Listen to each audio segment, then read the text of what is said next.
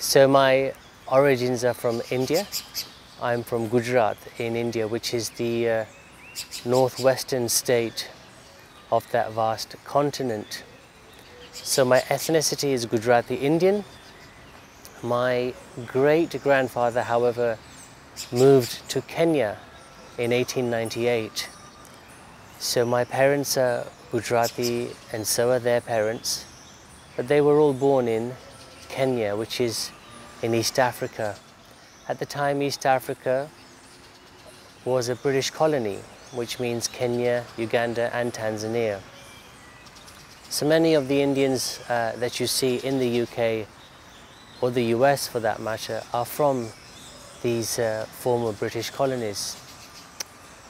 My grandfather, which is my father's father, had a huge construction business in Nairobi, which is the capital of Kenya. This is in the era of the 50s and 1960s. He did very well. He was very popular amidst the local African community. However, in this season, in this era, there was also political instability in the whole region, especially in Uganda. Many of us know the story of Idi Amin. There was a fight for independence in Kenya and Tanzania as well. There was also a lot of grievance between the Indians who had a lot of wealth and the local African community. My grandfather, however, employed many local Africans and he was very popular within the African community. Yet certain politicians were not happy with his wealth. He had 4,000 people working for him and things were growing continuously. So one day, my grandfather, who was only 52 at the time, received a phone call from a politician, a senior politician in Parliament, and was told to close his company on the spot, literally overnight. And my grandfather, on just hearing the news, had a heart attack and died instantly. This was a shock to my whole family. I had never met my grandfather, but my father, who was only 23 at the time, took on the role of winding down the whole company. And within a year and a half, the whole company was wound down to zero.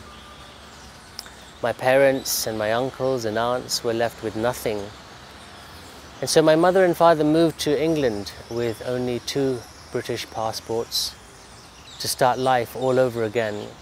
My brother was 4 years old, and I was just born in Nairobi, and straight after my birth I was now in England. So growing up in England, all I remember vividly is my parents working very hard in newsagents. The British banks were very confident in that era, in the 1970s, with the Indian people. They had seen the way Indians in East Africa were very enterprising, they grew businesses very quickly.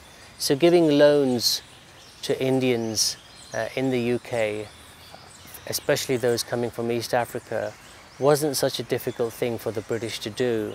They were quite confident. So my father and my mother worked very hard in the shop in Milton Keynes. So this is all I remember growing up. I didn't see any of the wealth that they had seen. I didn't see any of the prosperity they were exposed to. All I knew was both of them working very, very hard. So in that time in England, many Indians who had migrated from East Africa on the weekends looked forward to visiting the local temple. This was a place to belong. This was a place for conversations and stories, and a place to share challenges, a place to share obstacles, and it was a place to share food. When the Indians moved to the United Kingdom from Kenya, Uganda or Tanzania, they wanted to benefit from the British establishment, from the administration, from the education. They wanted to learn management skills, diplomacy from the British, but at the same time they were very keen to hold on to their culture, to their language, to their cuisine. So the temple provided this. In those times, not many people had a deep theological understanding of Hinduism or which guru they were following and why they were following. They just wanted a place to belong, and so that's why they went. And so my parents every weekend were at the temple. I remember I was only 8 years old and I hated going to the temple. Everybody sat for hours in front of the idols and chanted and worshipped and listened to different sermons. I preferred to stay at home, so my drama at the time was to cry. And if I cried, I was allowed to stay at home. Sometimes it worked and other times it didn't work, and so I was forced to go to the temple. So most weekends we were there with family and other friends. In our home as well, it was a very traditional home. It was steeped in Hindu ideas, in Hindu way of thinking, Hindu way of life. We had a house shrine in our home, especially dedicated for the idols and for the guru that we believed in. We believed that the guru is God. We believe that whatever the guru says, whatever the guru does, God is saying and God is doing. So the whole community had a very strong belief about the doctrine and the theology. So in our home every morning after waking up and taking a shower, we would do our personal prayers and everybody would gather in the house shrine downstairs and pray for half an hour. After that, only then would we have breakfast and make our way to school. This was the norm, and even in the evening after coming back from school, before the evening meal, we'd all get together in the temple and we would worship, pray for half an hour. We would offer food to the idols and then only would we sit down to eat. So this was the lifestyle in my home as well, and in many people's home this was the norm. My schooling, however, was very Christian, and I loved my school, I loved my teachers. My brother and I were the only Indians in the whole school and everybody else was white. In that era, however, I had no difficulty with racism. I heard stories later on in life that other people from different ethnic backgrounds did find it difficult in their schools, especially if they were a minority. But for me, I found it very easy. I loved my teachers from my nursery school to primary school all the way up to high school. I found it very easy, and I remember singing hymns in the morning in the assembly. I loved singing hymns, especially Christmas time. Christmas time was the best because we would go around different classes within the school singing Christmas carols. And the whole Christmas nativity play, I would take part in the nativity play. So school for me was a sanctuary. School for me was a very safe place. School for me was enjoyable, along with all the other fun and games. So my life growing up was between two world religions, two different cultures, two different ways of thinking, and two different outlooks to life. But I didn't know this at the time. I just carried on as I was told. Later on in my early teens, however, things changed quite drastically in my life. At home, there were challenges because money wasn't the way it was back in Kenya for my family. They didn't have the wealth they had in Nairobi. And so there were challenges in the home, there were arguments in the home, and I was still fairly young, and being exposed to the debates and the arguments and the various fights brought a lot of anxiety inside me. It brought a lot of fear in the home. I didn't feel very safe in the home. My elder brother at the time was studying elsewhere, at his friend's home because he was about to give his O-level exams, which today in the UK are the GCSE exams. So I found it very lonely at home. I was exposed to all of this, and it was very, very difficult. So along this, I managed then to find some friends in the temple. I then began to go to the temple more, to be with my friends, and somehow, in some strange way, I got hooked into serving into the temple as well. I used to sit in front of the idols. The temple was only 20-30 minutes away from home. It was very easy to get to on public transport, and sometimes my dad also used to drop me off in the weekdays. So with my friends, we gathered together, we played football in the temple. We used to then sit in front of the idols and pray and worship and chant. We used to read Hindu scriptures. We used to learn Hindu scriptures by heart, and we used to enter competitions to see who knew the most scriptures by heart. We took part in religious festivals, in spiritual dances, dramas depicting certain parts of Hindu scriptures, and we started practicing speaking in front of congregations.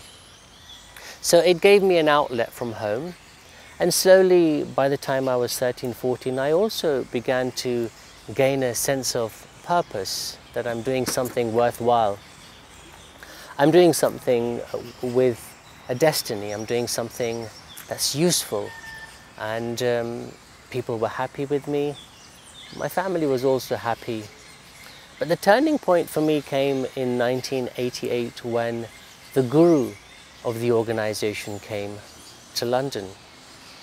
I was only 16 at the time, and by now I was heavily engrossed in the temple, in the ideology, in the rituals, in the festivals, and in that whole way of life. And I almost became a slight recluse from my school friends. I no longer played football with them. I no longer integrated with them. I no longer had fun with them in the break times at school, and school teachers even noticed that this boy has suddenly become a recluse. So it was a shock for them, because I was very involved in various things at school. I was nominated for head boy in one of my years, and very much admired by friends and teachers. So for them it was sad, and for them it was a shock. But I almost adopted this attitude of, I don't care what other people think. I'm going to go to the temple, and I'm going to worship, and I've now got a sense of purpose. So the guru was in London, and every morning before school, the whole family and thousands of others would congregate in the temple to see the guru and sit in front of him. And what we said at the time was darshan. That means you just gaze at the guru, and you worship him in your heart by staring at him while he's doing his prayers. So this was the norm for every family in the morning while he's in London. After that we would go to school, and then after school we'd come back to the temple and spend the evening listening to his sermons and various other speeches by various other priests, which are also called swamis. So I was 16, and one evening I was asked to give a speech in front of the congregation on behalf of the youth, because I was now in charge of youth activities. So I spoke for 20 minutes. I narrated a scripture, an ancient Hindu scripture, and I extrapolated on that for 20-25 minutes. And there were 3,000 odd people in the congregation, and everybody was very, very happy. And more importantly for me, the guru was happy. He was over the moon. I could see the joy on his face at the way I spoke. So I went for his blessings afterwards. I bowed at his feet, which was the tradition, because he is God. And as I was bowing at his feet, he looked at me and said, "You know, you would become a very good priest if you became a priest. And we call it Swami. A Swami is a renunciate, somebody who renounces the world, the worldly way of living, wears orange clothes and a shaven head, lives a life of celibacy, doesn't marry, doesn't get paid, doesn't even touch money. So it's an extreme version of renunciation. So I was sitting there at his feet and the whole crowd was behind me, and I said yes. I was suddenly overwhelmed, and on his advice, on his blessings, I found a deeper sense of destiny. I found a deeper sense of purpose. And there was, honestly, a mystical presence about this guru. He had the gift of reading your mind. He was very caring. He was very affectionate. He was very self-sacrificial. He listened to people really, really well. So he had a very captivating aura. There was a presence of humility. There was a presence of affection. So for me, it was overwhelming. God himself was actually asking me to become a priest.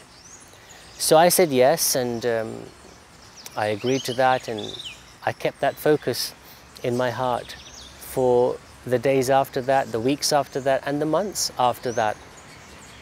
I then traveled with him for a few months in North America in the same year of 1988. And what I noticed, and what the world noticed, was that he personally took a very keen interest in me. He would look out for me. He would make sure that my place of stay has been carefully arranged, that my travel is being looked after. And even in the audience, if I'm seated somewhere in the audience, he would actually, if I'm seated somewhere in the audience, he would actually pick me out and say good things about me. He would tell the congregation that this boy is destined for great things. This boy will do wonderful things for the organization. And so everybody in the whole congregation throughout the world also realized that here is a boy who is chosen. Here is a boy who seems to be Guruji's favorite. And so I was captivated with the attention. It also filled a gap that I had in my home. He gave the love of a mother and the love of a father. He gave the attention. And it also helped, I didn't know at the time, but it helped my pride as well, because it gave me recognition on a global scale. So I was completely besotted by him. I was fascinated by him, and I wanted to worship him. I wanted to serve him. I wanted to do great things for him, and I really wanted to please him. And this was a very deep thing in my heart. I was really, really captivated by this God in my life, and I felt chosen. So after returning in the year 1988 back to England, I finished my exams over the next 2-3 years. My parents were very, very unhappy, understandably now. At the time, I didn't understand their hurt and disappointment. They were unhappy with the idea that I would leave the whole world and become a priest, because when you become a Swami, when you become a sadhu or a priest, you are not even allowed to communicate with your parents anymore. It's an extreme renunciation. You have to sacrifice everything. And the lifestyle is such where you're completely dependent on the organization, on that particular denomination. However, the battles at home, I was very adamant, I was very stubborn, I was very keen to fulfill my destiny and my purpose in life, and I was very keen to serve the Guru. So in 1991, I left home. I actually ran away from home. That's how fanatic I was in this calling that I felt was on my life. And I joined Guruji in India. And the idea initially, for anyone who wants to become a Swami, for anyone who wants to become a priest, is to train in the monastery. The training is for 6 years. It's very extreme. The training, you wake up at 4:30 every morning, you have a cold water bath. The idea as a Swami is to not take care of your body, is to discard your body needs. And so giving yourself a cold water bath was a way of showing that you're not taking care of your body. You fast also 5 to 7 times a month. Fasting in that heat means that you fast for 36 hours without food and water. So there were various disciplines so that you discard your body, that you don't take care of your body. And it was a way to separate the flesh and your carnal desires from the real you. So that was the idea. So after having your cold water bath in the morning, you finish your personal prayers, your meditation, which should be at least 45 minutes or so. You do your personal reading. And then everybody gathers together upstairs in the temple. And at the time there were 150 priests training on this beautiful 250-acre campus. It was like a university in the middle of nowhere, in the middle of a desert. But it had all the amenities, we had all the food that was necessary and all the infrastructure that was necessary.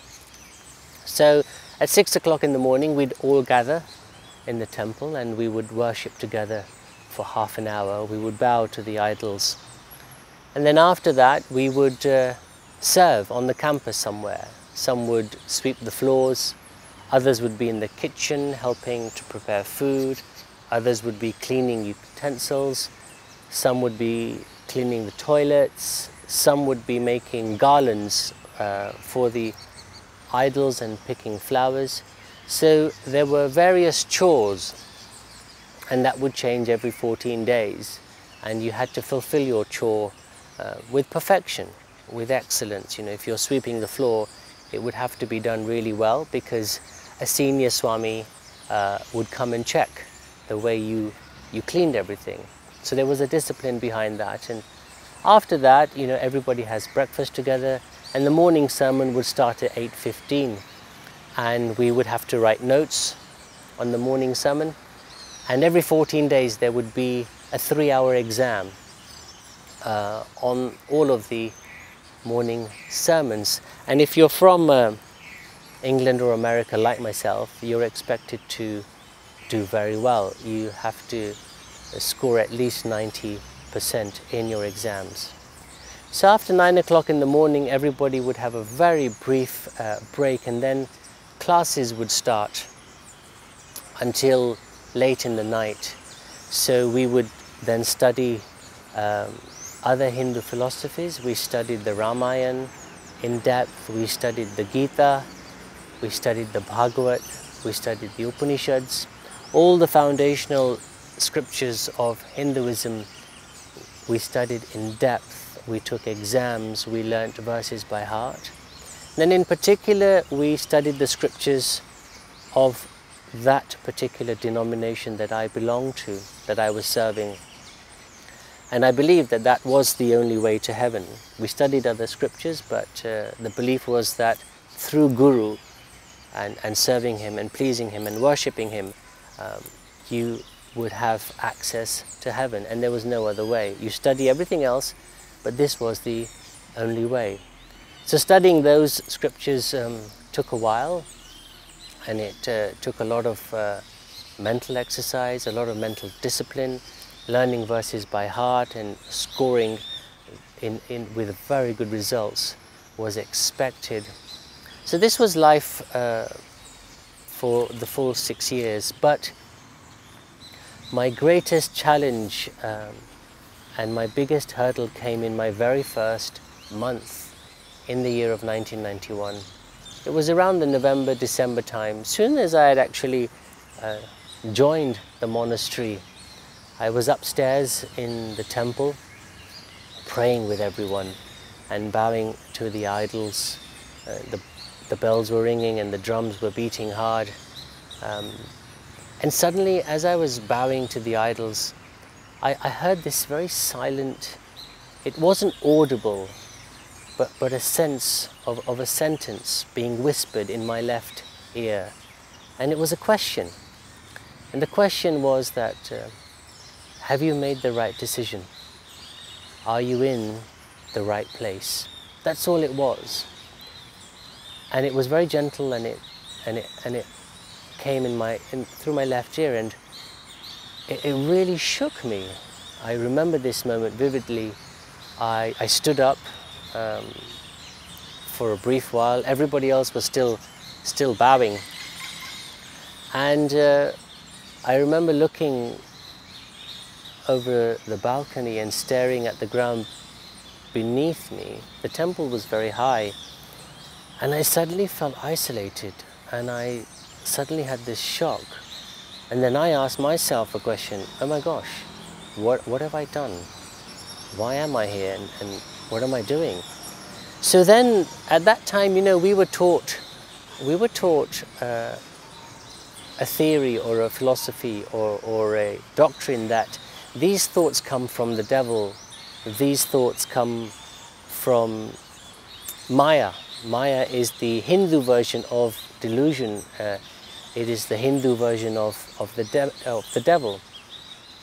And the devil will plant negative thoughts in your mind about this path.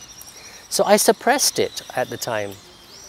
But it was very difficult because that sense that came to me was very authentic. It was very real. It was very honest. And so it shook me. But I suppressed it in my heart. And I just said that that's the devil, and nobody else. However, during my training period, these doubts started to surface more and more. But I felt really stuck because I had left home in a really fanatic way. I was Guruji's chosen one.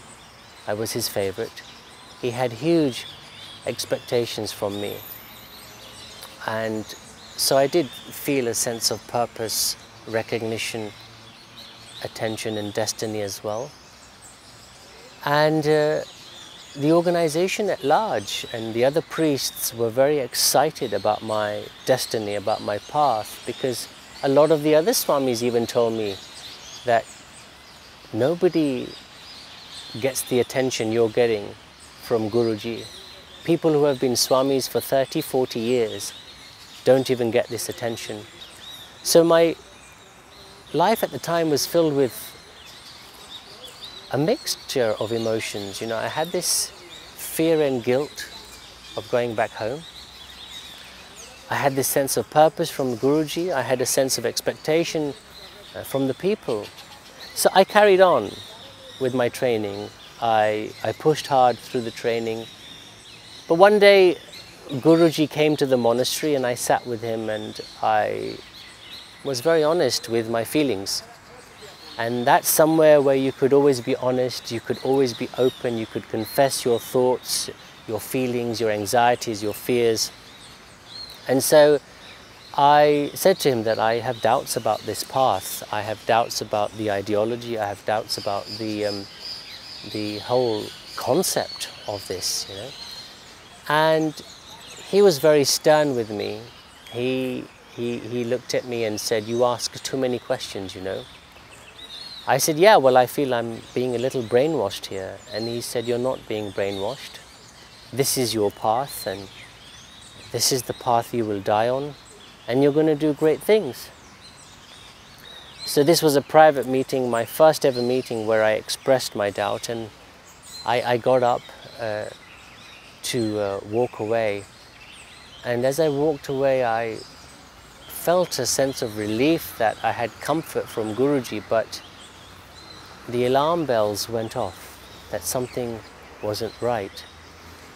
But then, you know, the interesting thing is the other Swamis in the training also had their own doubts. So when you see other people having doubts as well, and you having doubts as well, you almost think it's normal. And you just carry on, because everyone has questions, everyone has doubts, so you just carry on. However, in those 6 years of training, again, Guruji took me out of the monastery and took me on travels with him on 2 world tours to North America, Canada, Europe and Africa. And he asked me to start speaking in front of different congregations to get practice and exposure to different cultures. And so I started doing that. And this busyness and this sudden new exposure increased again that sense of purpose, and it sort of invigorated, it rekindled that sense of destiny. And so I was excited again. The doubts were still there, but this was a way to suppress the doubts, the busyness, the getting occupied, doing something, and a sense of achievement. It helped to suppress the doubts.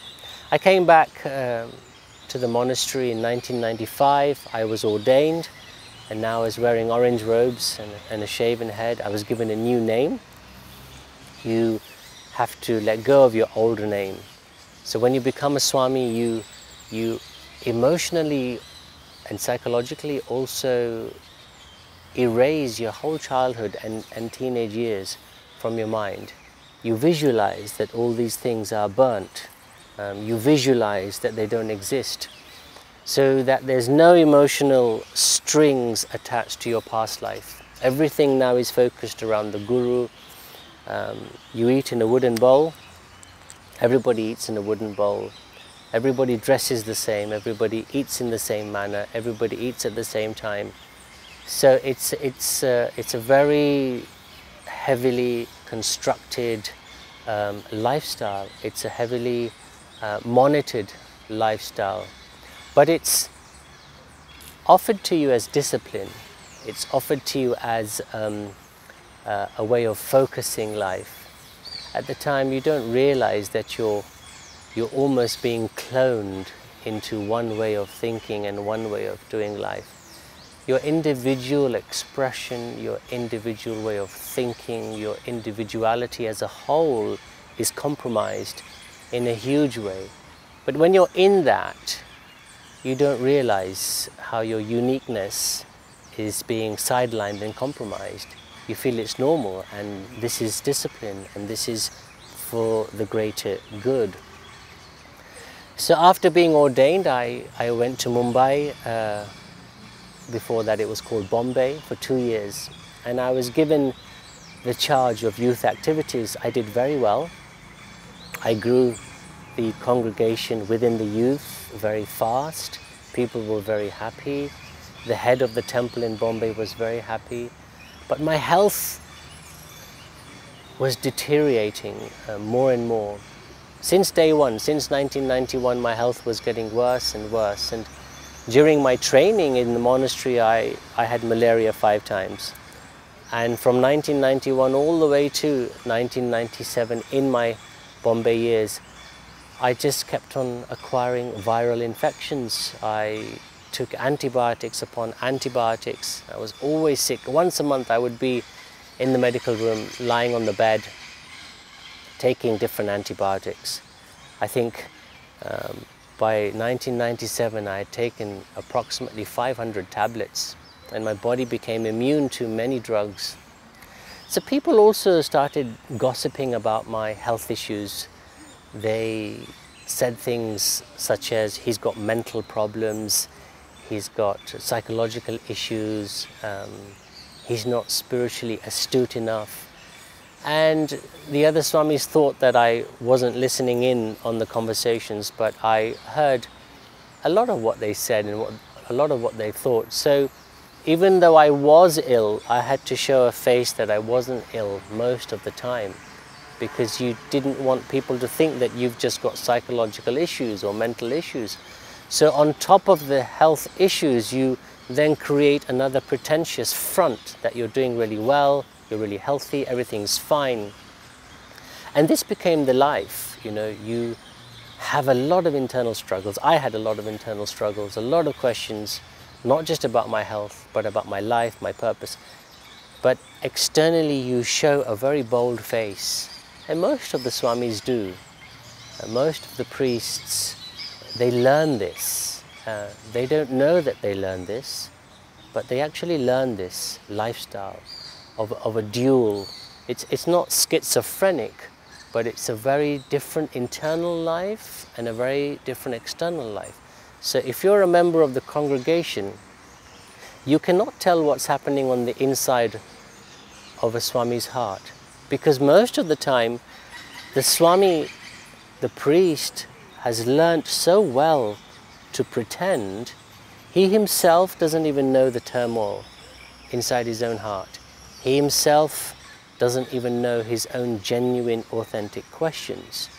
So there's such a psychological and an emotional barrier created between the real self and the external presentation.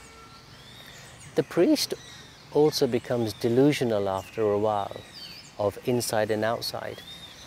But at the time you learn these skills to show people that you're doing really well. You learn these skills very easily, very quickly, and you ensure that they're embedded. But I still had the chance to meet Guruji whenever and wherever I wanted. So he came to Bombay, I sat with him again, and I confessed my issues, my questions about heaven, and even about him, because I doubted that how could he be the only way to heaven? You know, are all the other millions and billions of people in the world delusional? Are they crazy? Are they stupid? I obviously noticed in my travels that they're not. They are genuine people, decent people, in their own way godly people. So how could they not see then that Guruji is the way to heaven? So I had all these sort of debates in my mind, and I sat with him in Mumbai and I expressed them openly because I could. And again, he was very hurt because I said that I really feel like going home. You know, it's been 6 years and I haven't felt any internal change. I haven't felt any internal transformation. And so if I could go home to my parents, I'd be really happy. He was really upset by that. And he said to me, "You're not going home. You're staying in these orange clothes, but you are going to London. And I'll give you a role to play in London." So I was sent to London. By this time there was a huge temple in London. A beautiful white marble temple had been erected by the congregation in the year 1995. And the organization by now was very big. You know, Guruji had 9,000 centers in 45 countries. There was a lot of wealth, there was a lot of influence. So being a Swami as well gave you a stage and a platform that gave you a lot of influence as well, gave you a lot of power. And so that also helps to suppress the deeper inner issues. So I came to London in 1997. There were 16 priests in the temple at the time. Me and another Swami began to tour around the whole of UK and Europe. So Guruji then later on asked me to cater for the whole of Europe and develop temples across Europe and Russia. So my job was to build the temples, my job was to build the congregation, my job was to raise money. And I had a gift. I was very good at it. It was very easy for me. So the congregation in 1997 in Europe only existed of 25 or 30 odd people. And by years later, it grew to 500 people. And we built temples in Belgium, in Portugal, in France, and many other centers in Europe. So from 1997 onwards, my life became very busy.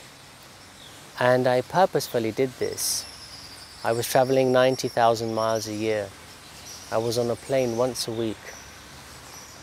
This busyness helped me suppress the doubts. It kept me occupied. It didn't allow these questions to surface so much. So the external development gave me temporary satisfaction that I'm doing something good in life. And I excelled in it more and more. I excelled in my speaking. I developed my speaking skills. I did very well in my speeches. People were very, very moved when I spoke. So I developed all these external things in my life to suppress the internal turmoil, and my travels began. I was still fascinated with Guruji. I was still in love with Guruji, and he had a lot of love and care and attention for me. But more and more I decided not to tell him my heart in terms of my theological doubts, in terms of my doctrinal doubts, in terms of my doubts towards him as who I proclaimed him to be and who I felt he actually really was. Because I just realized more and more that he's just another Swami, just like us. But I couldn't tell him that. I asked him difficult questions at times about him, about who we proclaimed him to be, the gateway to heaven, the only vessel for God. And he wasn't happy with my questions, but I still had the questions. So my travels began, and I also traveled a lot to North America. I gave sermons in North America. People were very happy, people were impressed, people were moved. And this became my lifestyle. You know, there was a lot of external performance. I was performing on stage. It was like a stage show. I was building temples, I was building congregations. This was all work. It was like running a big business. And so that gave me my sort of temporary satisfaction. But I still had a deep internal search for truth. I knew that my heart is seeking for something more. I didn't know what it was. So I started reading other teachings from other gurus, other Hindu denominations. I delved deeper into the Upanishads, the Ved, the Gita, the Ramayana, the Mahabharata. I read 4 times the Mahabharata. It was a fascinating story, but it didn't help me inside. It gave me fantastic ideas. It offered great thoughts. It offered great reflection on life, but nothing nourishing, nothing satisfying, nothing that would bring you to a place of deep internal rest. And so, because I still didn't find any internal change, I started reading all these self-help books. And the irony was, I wondered why so many Swamis were reading self-help books. 7 Habits of Highly Effective People, Who Moved My Cheese, books by Anthony Robbins, books by Al Secunda, The 15-Second Principle, all these books with tools to help for internal change. And not only was I not finding internal change, I found it strange that senior Swamis were preaching from the stage from the 7 Habits of Highly Effective People. And I thought, surely, if the Hindu doctrine that we're preaching has all the answers, Guruji has all the answers to life, why are we seeking answers from self-help books and preaching from the pulpit or in such a massive, influential, wealthy organization? I just asked a very fundamental question to myself and to some of the people around me. That what are we actually doing? Why are we seeking elsewhere and giving ideas and thoughts from other cultures and other ways of thinking to promote our own doctrine? We shouldn't need that. It should come from our own scriptures. People didn't like my questions. I liked asking questions, not because, I loved the idea of anarchy or disorder. I just had genuine questions and I liked to ask them. People kept on telling me, you ask too many questions, you think too much. It was like a sin to think. It was like a sin to be your individual self. It was like a big heresy to ask difficult questions. And I wasn't asking them out of showing people that I know something and I've got an intelligent question to ask. I was asking because I just had a genuine search in my own heart, in my own life. I'd left home. I had sacrificed a lot. I wasn't being paid. So if this is heaven and God is here, then I have some genuine questions. So people began to see me as a rebel. You know, people didn't like my questions all the time. I had some close friends who understood me, who also, you know, gave me comfort in my questions and agreed with me as well. So this was the season between the year 2000 onwards. More questions, more travel, more performance, and also more sickness. I had continual infections. I was in and out of hospitals. Grateful though I was, because the organization made sure that I was seeing the best doctors in the world, whether it would be in London or the United States. I was given access to the best medical treatment possible. There was a huge investment behind me, for which today I'm also grateful when I look back. So my sickness grew and I was taking more and more tablets, this tablet, that tablet, Ayurvedic medication and allopathy and homeopathy and this alternative this and acupuncture and breathing exercises, and it was just a lot of external turmoil, internal turmoil manifesting externally in the body. But you see, again, the doctrine is interesting. What the doctrine is, the theology is that if you're sick, it's a blessing because it's a chance to develop your patience and tolerance. And so what I felt was that every issue or question that I had, there was always somehow this doctrinal answer to suppress the genuine question and answer. Because I said to Guruji once straight up, I said, why don't you just heal me? You're God and you can heal me. And he would give a deflecting answer. He would say things like, look, I'm ill as well, you know, I take on illness. I take on illness. This was the theology, that I take on illness to show you an example of how to be tolerant and how to be patient. And because I'm God, he would say, and I'm also taking on illness, what's wrong if you take on illness? So that was the weird, completely absurd way to accept sickness. And I noticed, and my friends who were not Swamis also pointed out, that why are all the Swamis sick at such a young age? Why do all the priests have some sort of illness and some sort of medication? Why are doctors coming in and out of the temple so much? Normal people in normal life don't have all this.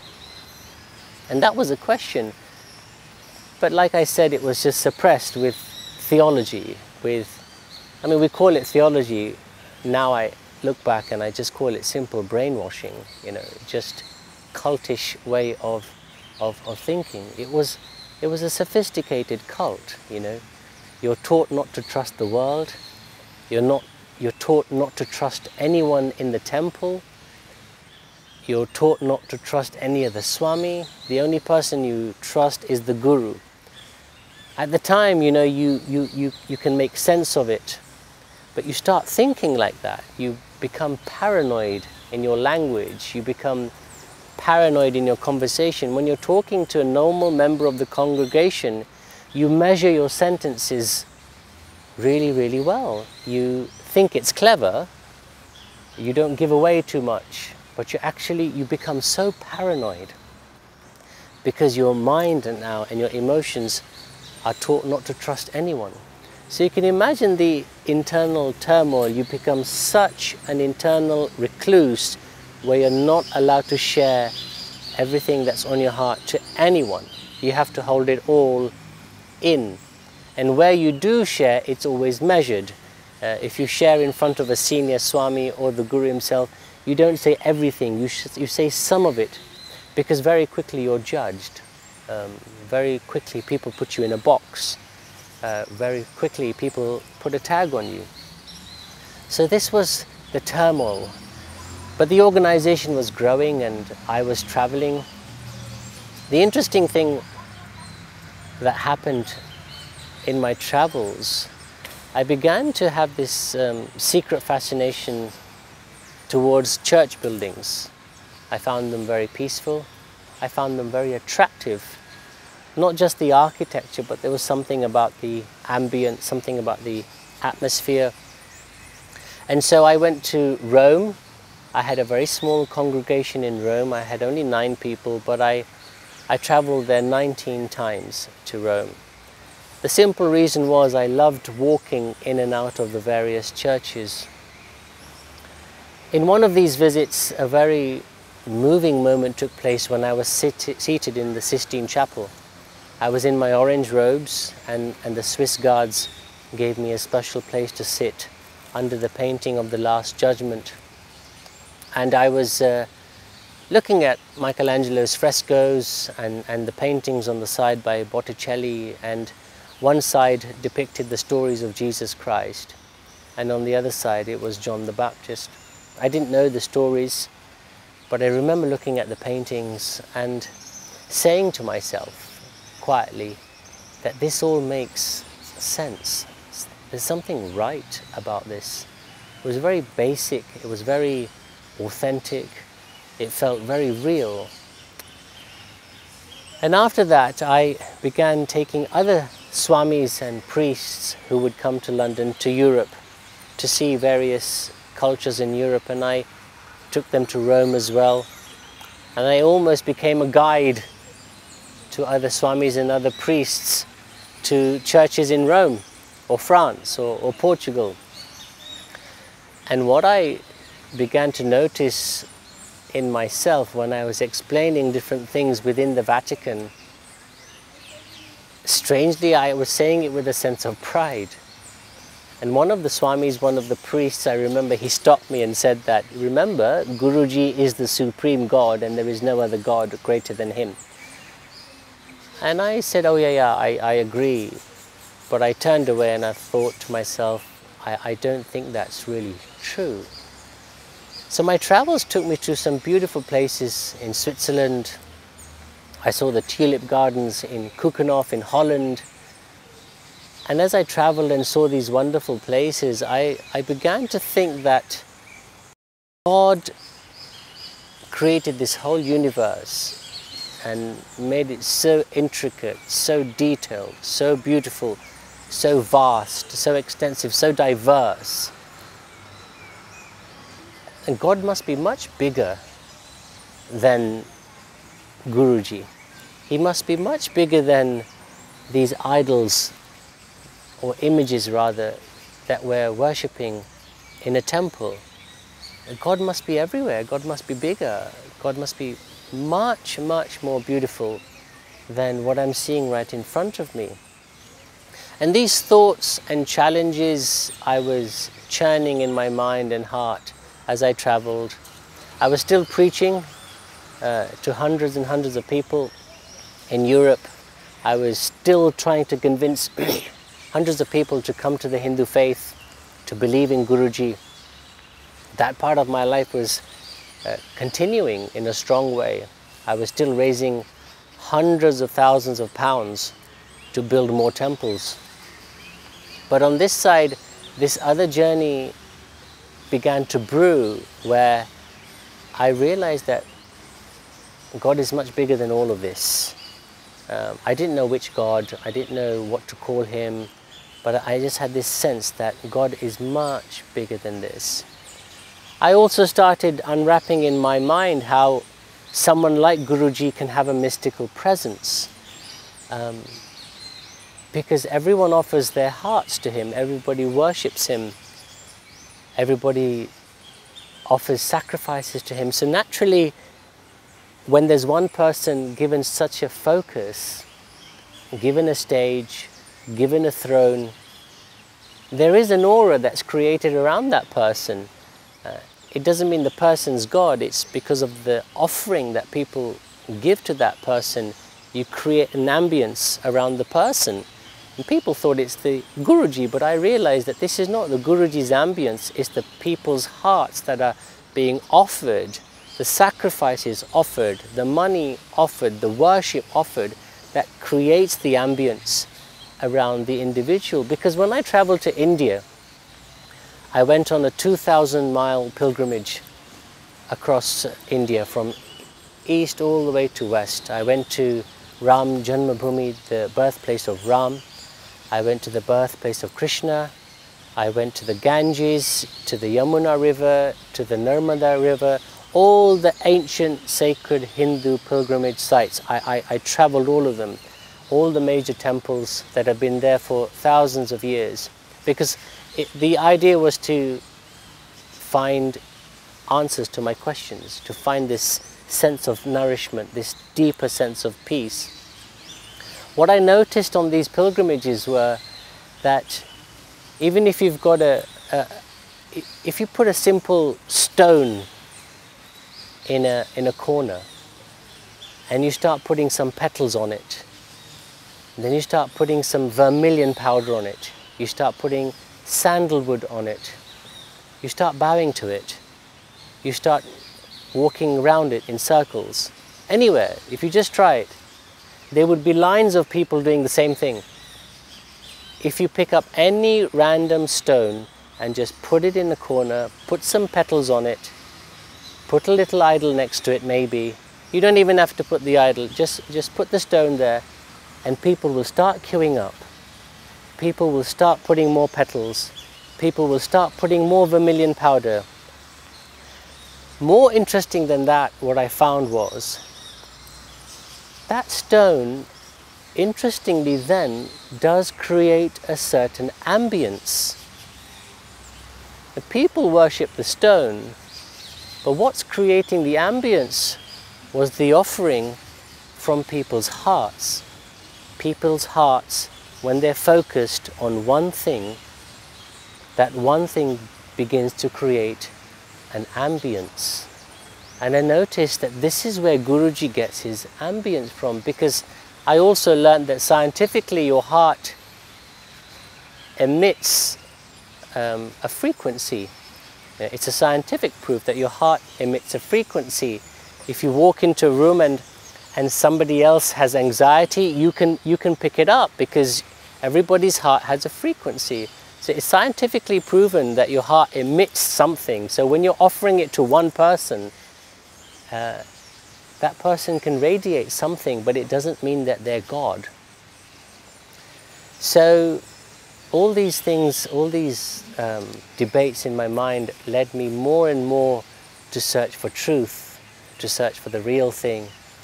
I carried on traveling, but by now what happened in my speeches, I started speaking of a bigger God.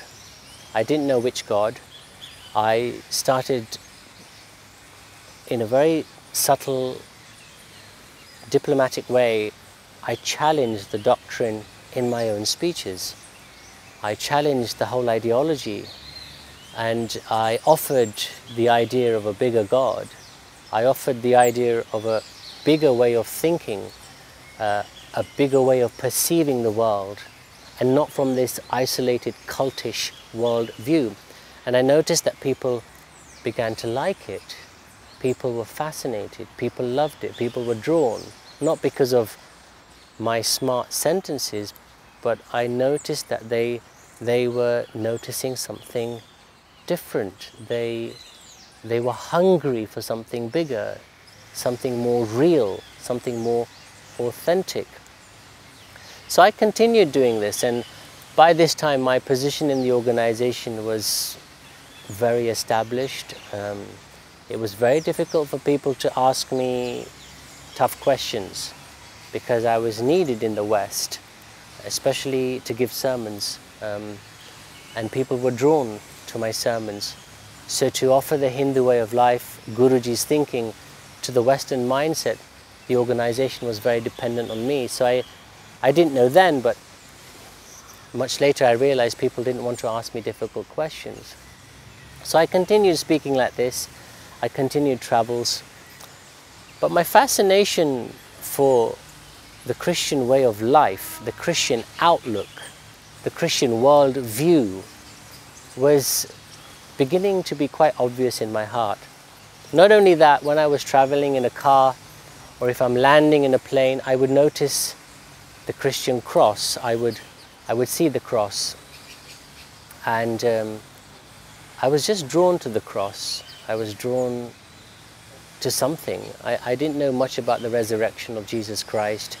I didn't know much about the blood of Jesus Christ, but I was just drawn to the cross itself. One day I was reading a Hindu scripture, and I was really engrossed. I was trying to focus. I was trying to absorb what was being said. It was a book by Swami Vivekananda, a very famous Hindu scholar, philosopher, well known in the West. And as I was reading it, I heard again that really silent voice, and it just whispered, Jesus Christ of Nazareth. And it felt so sweet, it felt so authentic. But I shook it off very quickly because I was wearing orange robes, I had this shaven head, I was preaching a Hindu philosophy, a Hindu idea, a guru, and what's this Jesus business? So I just shook it off. But the attraction was still very much present, and so I loved reading in general. I read many novels, I read many other books with different thoughts and ideas. And so one day when I was in a bookshop, I told a trustworthy friend to buy me the children's Bible, because I felt that would be easy with all its pictures and things to understand what this whole Bible is about. I remember reading the Bible in my nursery school and primary school, but I forgot everything that it had said or what was written. I took the Bible into my office and, you know, I locked the door. When I was reading books like this, I would always lock my office door. And I remember sitting there and reading the Bible, and I read a few verses, and immediately I just felt a connection. I felt that somebody or something is speaking back to me. It wasn't intellectual thoughts, it wasn't intellectual gymnastics in the head. There was something, there was a two-way process, and it felt so real, authentic, sweet. It was a matter of 15 seconds, not long. And so I quickly closed the Bible because I was shocked, and I put it in my other books. And I tried to forget that very sweet moment. I tried to forget that really authentic moment. So these kind of moments happened, and I walked more and more inside churches.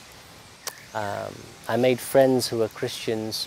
I invited them into the monastery in London, into my office. We would start discussing, and I noticed that these Christian friends that I had a very beautiful outlook to life in general. Their worldview was beautiful. It was very broad. It was very, very, very filled with a lot of love. Now I was talking about love. Guruji was talking about love. Everybody talks about love. And I was talking about peace. Guruji talks about peace. We were always talking about peace, what we say, Shanti. But what I noticed with these people, they carried something very special. They carried something very unique. They carried something that was very authentic. They were very real people to the core. And there was no agenda when they were speaking to me. There was no agenda. There was only the agenda to respect me, to love me for who I am. So this is what I noticed in my priestly robes about some of these Christian friends I made. But life went on, you know. I had taken this path and there was no going back. It was to do or die now. That's what we were trained. That's what we thought. You just die. You die in these clothes. You burn in these clothes. This is your destiny. But by 2010, my health became worse. It was just incredibly horrendous. I was now taking 40 tablets a day. I didn't even tell anyone I was taking that many tablets. It was just ridiculous. And so by this time, the European operation was robust. It was meticulously running. It was efficient. There was growth. There was financial growth. There was financial stability. I had a full-time PA. I had a team of people in London, which oversaw a team of 150 in Europe. We were doing conferences in different parts of Europe, and things were really growing. But I was just so sick, physically sick by this time. So I told my PA, he was a wonderful man and a very helpful man. I said, look, can you just take charge for a while, and I need to find a clinic or something where I can address this issue. So my brother in North America found out for me about the Mayo Clinic, which is a world-class clinic. I spoke to Guruji, and the Guruji, like always, is very consistent in his love and affection for me. He never said no to me for anything. He never said no. And I knew that this would cost hundreds of thousands of pounds just to be in that clinic. And the Mayo Clinic doesn't just admit you because you've got money, only if you've got a rare case. So my doctor in London, he sent off the file to the Mayo Clinic and I got accepted. I stayed in a home next to the clinic with a wonderful family. Obviously, only the men were in the house, and the women, like always, sacrificially would move elsewhere so that I could be accommodated in the home. This happened throughout my life. Wherever you go, whichever home you live in, the women have to sacrifice their home and they go and live elsewhere. And they love it. They love the sacrifice. So I stayed in this home and I was really looked after well by the family. The Mayo Clinic was fascinating. I had 5 doctors. Each of them were chairmen of their department overseeing my case. And they looked at me, and I was only 40 years old. And they said, what is happening in your life? How do you have all these issues, you know, from fibromyalgia, you know, sleep disorder, pelvic floor, and it was just endless diagnosis. And so I stayed in the clinic for 10 months, from October 2010 all the way to 2011. Every Tuesday, Wednesday and Thursday I would spend in the clinic. I would get treatment. My medication decreased. But the doctors there realized that this young man has more than just physical issues. He has deeper questions. Because inside with the doctors, I made friends with 2 of the doctors, Dr. Dorsch and Dr. Bittencourt, and it was the first time in my life I actually could have a really honest conversation about things, about life, you know, without having to measure my sentences, without having to be careful with what I say. It was the first time I could have an open conversation. And that sort of articulated something in my heart. It didn't formulate yet in my head, but something was brewing in my heart. On the weekends, I was preaching across various temples in North America, and I'll be honest, I enjoyed the fame, I enjoyed the attention, I enjoyed people taking my autograph, I enjoyed people, you know, wanting a photograph with me. I enjoyed now that very luxurious lifestyle as well of a priest, where you're chauffeur driven in all these fancy cars, you're traveling now on business class. But I did notice at the same time that inside I was really empty. Inside I was sick, not just externally. All these external things were not satisfying something inside, and I was taking antidepressants, which is so ironic. I mean, what a dichotomy. I remember giving a speech in Orlando, and 8,000 people stood up with a standing ovation, which became normal in my life. Standing ovation, people cheering, people clapping, saying to me, what a wonderful talk, what an intelligent talk. This became common for me. But what people didn't know, when I got off the stage, I would take my antidepressant. I would go to my hotel room and think to myself, or say out loud, somebody just get me out of here. It was really like that. I mean, looking back, I wonder how many other Swamis feel the same. You know, how many, one of my close friends, who's not a Swami, he said to me, you know, if all the Swamis were offered £100,000 each and a chance to leave, how many do you think would stay? And I realized that a reason why a lot of us stayed in the organization was the fear of the unknown, the fear of starting life again on your own, the fear of starting life from scratch, the fear of not being liked by a community, the fear of being ostracized by a community, the fear of just complete rejection. So a lot of us were there at the time. I noticed when you listen to the conversations, a lot of us were there because we were scared of the unknown. A lot of us were there because we just didn't want to start life all over again. So 2011, I finished the treatment. They did their very best, and I was down to only a few medications that I had to wean off much later.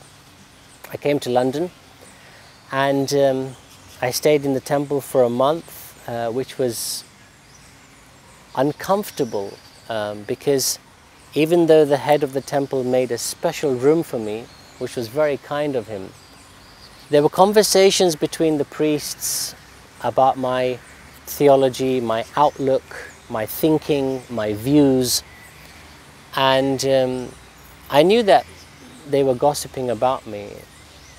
I didn't have the evidence though, but I could sense it. I could sense that people were not happy with my outlook. I was challenging congregations, I was challenging the way people thought. A lot of people liked it, some didn't, and I realized much later that these complaints went to the very top. Anyway, I hadn't seen Guruji for 1.5 years, and so I thought I'd love to see him. He's still my mother, my father, and my God, you know, even though in my heart I was believing that God is much bigger than all this. Not only that, one very senior Swami told me confidentially that this whole idea of the Guru has just been made up, that he's nobody but another Swami just like us. I was actually told this time and again by very senior scholars, by senior Swamis, that it's not God, it's just somebody elected from other Swamis, and then you just, by faith and trust, worship him. I verified that in various places, and it was shocking, it was horrendous. So I went to India, and he was in Mumbai at the time, and I landed in Bombay, and you know, one of my other friends who's a priest said to me, look, just be careful, people are not happy with your way of thinking, people are not happy with your theology, people are not happy with your ideas. So whatever is told to you, just agree with it. And I thought, for the first time in my life, why should I just agree with something I don't believe? Anyway, I thought to myself, I'll meet Guruji, let me hear it from him, what he's got to say. You know, he's always backed me. He's always supported me whenever I've been in a tight corner. You know, he's always helped. And being in that organization for 20 years, you learn very quickly that it's very political, you know. People have very sharp elbows, and you've got to navigate yourself very carefully in a clever and cunning way at times. But I had the benefit that Guruji was always on my side, for which I am grateful, because that made my life to a certain degree in the organization much easier compared to the struggles other Swamis went through. So before I went into the room, however, the other Swamis, senior Swamis, came by my side and said to me that you're not allowed to meet him on your own. We're going to be coming in with you. So I knew that something is up and something is not right. And that meeting wasn't long, but it felt like an eternity, because Guruji was just upset by my theology. He used other excuses about certain things about my life, but the main thing that had upset him was the questions that I had kept on asking him over the phone, the questions I asked him in person, and more so some of the very difficult questions I asked him in public. I asked him a question once in New Delhi about this whole idea of the Guru being God, and I just felt I could ask it, and I thought I was being genuine and authentic and I can say anything to my Guru. And he was just very upset.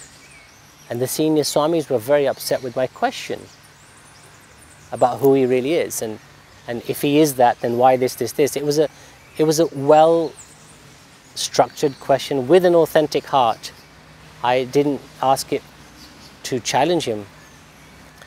So he was really upset by my ongoing questions, my ongoing doubts, and he noticed that I was influencing other people towards my way of thinking.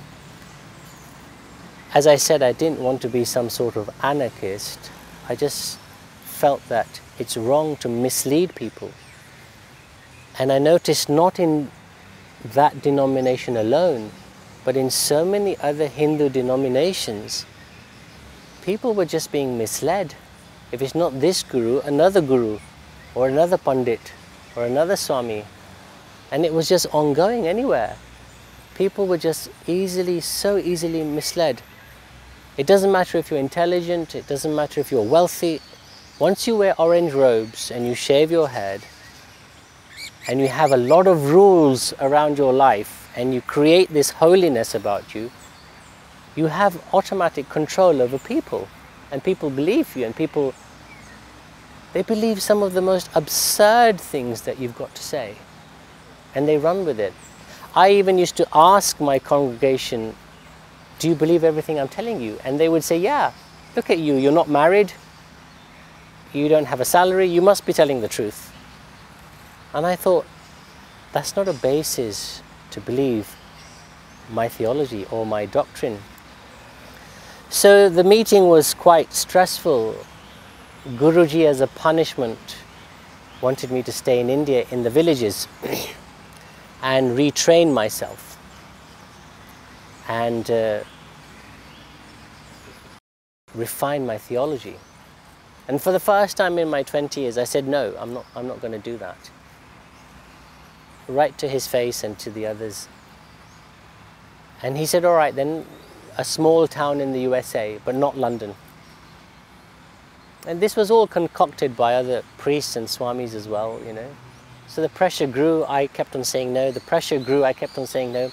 And suddenly it just came out of my mouth after 20 years. I said to Guruji, I just want to go home. I don't want to be a swami anymore. And I remember that moment, the room went really silent. But immediately he said, fine, you just go wherever you want to go. With an attitude of, I don't really care, you know, I don't need you anymore, you're of no use anymore anyway. And for that really brief moment, I remembered some of the things that other swamis had told me and other congregation members had told me. And they had told me that, you know, you're nothing but a use and throw. These plastic cups and dishes and spoons that you have at festivals that we eat from. Once we finish, we throw them away. You're nothing but that. And the way the Guru said to me, you know, go, I just felt so used, shocked, surprised. But you see, there's also a doctrine around that. There's also a theology that whatever behavior the Guru has, it's divine. If he gets angry, it's divine. If he talks to women, it's still divine. If he has sexual communion with women, it's divine. This is the training everybody's given. So when you're seated there in that room, and this man, you know, offers such a hard heart, it's justified. Because everybody's minds have been trained with this theology that whatever he does is fine. So he can behave as he wants, and it's always your fault. So I got up to leave the room, and he said to me, 2 conditions: you must never give a speech again in your life. I said fine. I didn't care about speeches anyway. I wasn't finding any benefit in my speaking. It didn't satisfy me. It was just tickling me, if that's the best way to put it. And he said, don't talk to anyone that you know. Basically, don't influence anyone. And what he meant was that nobody's allowed to talk to you either, and you can't talk to anyone. I said fine. I was so happy actually about that. I really was happy. As harsh as it sounds, I had, and I still have, a warm heart to some people there. I really do. But I just wanted out. I wanted complete out, because you see, the whole thing was based on a lie. Everything is based on a lie. And the whole thing is so hypocritical. The people are lovely. The people are lovely. But the ideology was so hypocritical. I left, and after 20 years I was given 2 pairs of trousers and 2 shirts, and which was sad for me, because I thought the Guruji might help a little to start life at the age of 40, especially after serving him for 20 years and developing his whole empire across Europe and Russia. I revolutionized Europe for him, and it hurt me. It really did hurt me, because I created change where no one else could create change.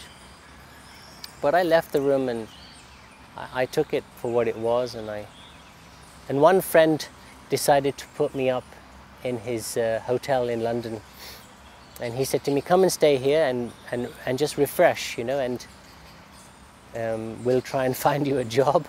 We'll write a CV. So I landed in London, and it was such a freeing experience, going through the airport, immigration on your own for once, without any people around you, without any photography, without any people bowing at your feet, and all of that unnecessary fancy worship. I was just on my own. On the plane, I remember waking up halfway through my journey, and I was still in civilian clothes, and I felt a sense of pride, even though I had nothing to go back to in London. No friends, no nothing. I landed in London, and I went to his hotel, and I just stayed there. I was still very hurt. I was very bitter. I was very resentful. I had a lot of unforgiveness in my heart. I really had a lot of unforgiveness. And I really didn't know how broken I was. I gave up the whole idea of God, searching for God, asking questions. And I knew I'd have some sort of spiritual dynamic to my life after all those years of meditating, learning, traveling, and exposure. So I just gave up the whole idea. Even those secret fascination moments with Jesus, you know, it just all went, it just went out of the window. I was so hurt and broken. So my friend said to me, just stay in the hotel and just refresh. Don't do anything for 4 weeks. Just open up your senses. You've not been allowed to communicate with the wider world. You've not been allowed to talk to women. You've not been allowed to do this, this, this. And basically don't go crazy, but just open up your senses. So every day I used to go to the West End, to the city, to go for a wander on my own. And it's something I always wanted to do. Because as a Swami and a priest, you're always in a luxurious fancy car with another priest and a driver, and you're always with someone. So I started going every day to the city, and then 2 or 3 weeks later I was walking to South Kensington Station. It's in the central part of London. I was walking to the railway station, and as I was walking my head suddenly turned and I saw this beautiful little church down a really quiet road, and I remember that moment vividly, and I thought, okay, it must be a beautiful church. Let me go and sit there and have a look at the artwork, because all I remembered was the artwork from the churches in Rome and Portugal, all the paintings, the mosaics, the gold. So I thought, it might have some lovely artwork, let's have a look. It was a Sunday morning, it was 11:15 a.m. and I went down the road, and as I walked into the church, these two people were standing at the entrance with these incredible smiles, and I had never seen smiles that wide or that authentic, and they were reflecting so much love. It was so genuine. It was quite scary, you know, for me, because I had lived in a climate where everything is so conditional, and so I just found it creepy. Their love a bit too creepy, and I just walked past them. But as I entered into the main door, as soon as I entered, the presence of God just fell on me with this incredible peace. It was tangible, you know. It was something that you feel, that you even physically feel. And I felt this incredible peace. And that same voice again came into my ear and said, "You are now home." And I was just rooted to the spot. I didn't know what happened, and I just went straight upstairs into the pew, and I heard this vicar preach a sermon. I heard worship, and it just all made sense to me. I didn't have to wrap my brain around it. I didn't have to intellectualize it. I didn't have to digest it. It all just sat comfortably in my heart. I didn't tell anybody who I was. I didn't tell where I was from. I said hi to a few people, and I left the church. I didn't go to the city. I went back to my hotel room and sat on my bed, and I gave my life to Jesus. And it was an incredible, pivotal moment in my life. After that, though, things became difficult in the hotel with my friend. Long story short, I was asked to leave the hotel. I knew that the pressure was coming from the organization. I knew that he knew that I'd started going to church more and more. I started making some friends in church. Many still didn't know my background.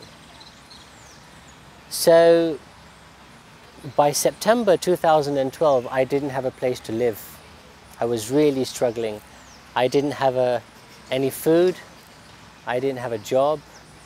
I remember eating oranges for 3 to 4 days. I had no support from anywhere whatsoever. It was something I'd never seen in my life. I had never seen no food, you know. I had never seen that lack in my life. It was such a shock to my system. Yet what I found interesting and fascinating, that I still had this intrigue and desire for Jesus. And so I was sad about my situation, but a fascination for Jesus was growing. I didn't have a desire to go back to the organization at all. I had no regrets that I had left. Because I remember a lot of Swamis who had left when I was a Swami, a lot of them had regrets. And I didn't have one regret. Even though my condition was like this, I had not one regret, not one thought crossed my mind. Oh, I shouldn't have left, or I had all this comfort, I had all this luxury, it was easy, nothing. It was just such, I just had this grace on my life, I guess. And so one day I was just like contemplating, how am I going to find this job, how am I going to get money, how am I going to find a place to live. And one of my friends told me to go to church because there was a worship event that evening. So I left a little early. I was one of the first people there. There was only 5 of us praying and standing. And the young girl who was leading the prayer said to us, you know, why don't we move a little physically so that the Spirit of God can move through us. And I understood that in my head because I was so used to understanding things here. But I didn't really understand it here. So I just stood there with my hands out, and everyone started praying, and she came and just laid a hand on my shoulder. And as she laid a hand on my shoulder, I felt this incredible sense, this real tangible feeling of a river deep in my stomach, just coming to the surface, and this incredible joy that was so, you know, paradoxical to my situation in life at the time, this incredible joy. And my whole countenance changed, my face changed, and I realized a few minutes later that I had just had a baptism of God's Spirit. And what fascinated me was that Jesus is real, Jesus is alive, and He's a real God, He's tangible. The presence of God is physically tangible. It's not something emotional in your head, it's not something you create in your mind. I had done that whole journey for 20 years. And then I realized what people like great scholars such as Sri Aurobindo, who wrote The Transcendental Mind, and Savitri, these great epic Hindu books, I was reading his works, and this is what he was searching for. He went into silence for 18 years, but this is what he was searching for. And I noticed that me, like the other Hindu scholars and the other Swamis, were reaching out and doing so many things to search for God and not finding it. And here, by grace, God's love and God's presence came and sat in my heart. It was just an incredible, incredible spiritual experience. And it wasn't just a feeling, it was something so deep. After that day, I decided to pursue Jesus more and more. And then the Lord revealed a lot to me, because I had come from a religion, and God showed me now that this is a relationship. This is personal now. This is not about what you do for me. And I had come from a place of doing things for God, going on a pilgrimage, building a temple, raising money, doing this fast to please the Guru. And here the Lord said to me that the sole purpose of your life is to be loved. The sole purpose of your life is to be blessed by me and nothing else. And so that journey took a while to absorb here, that I'm loved as I am.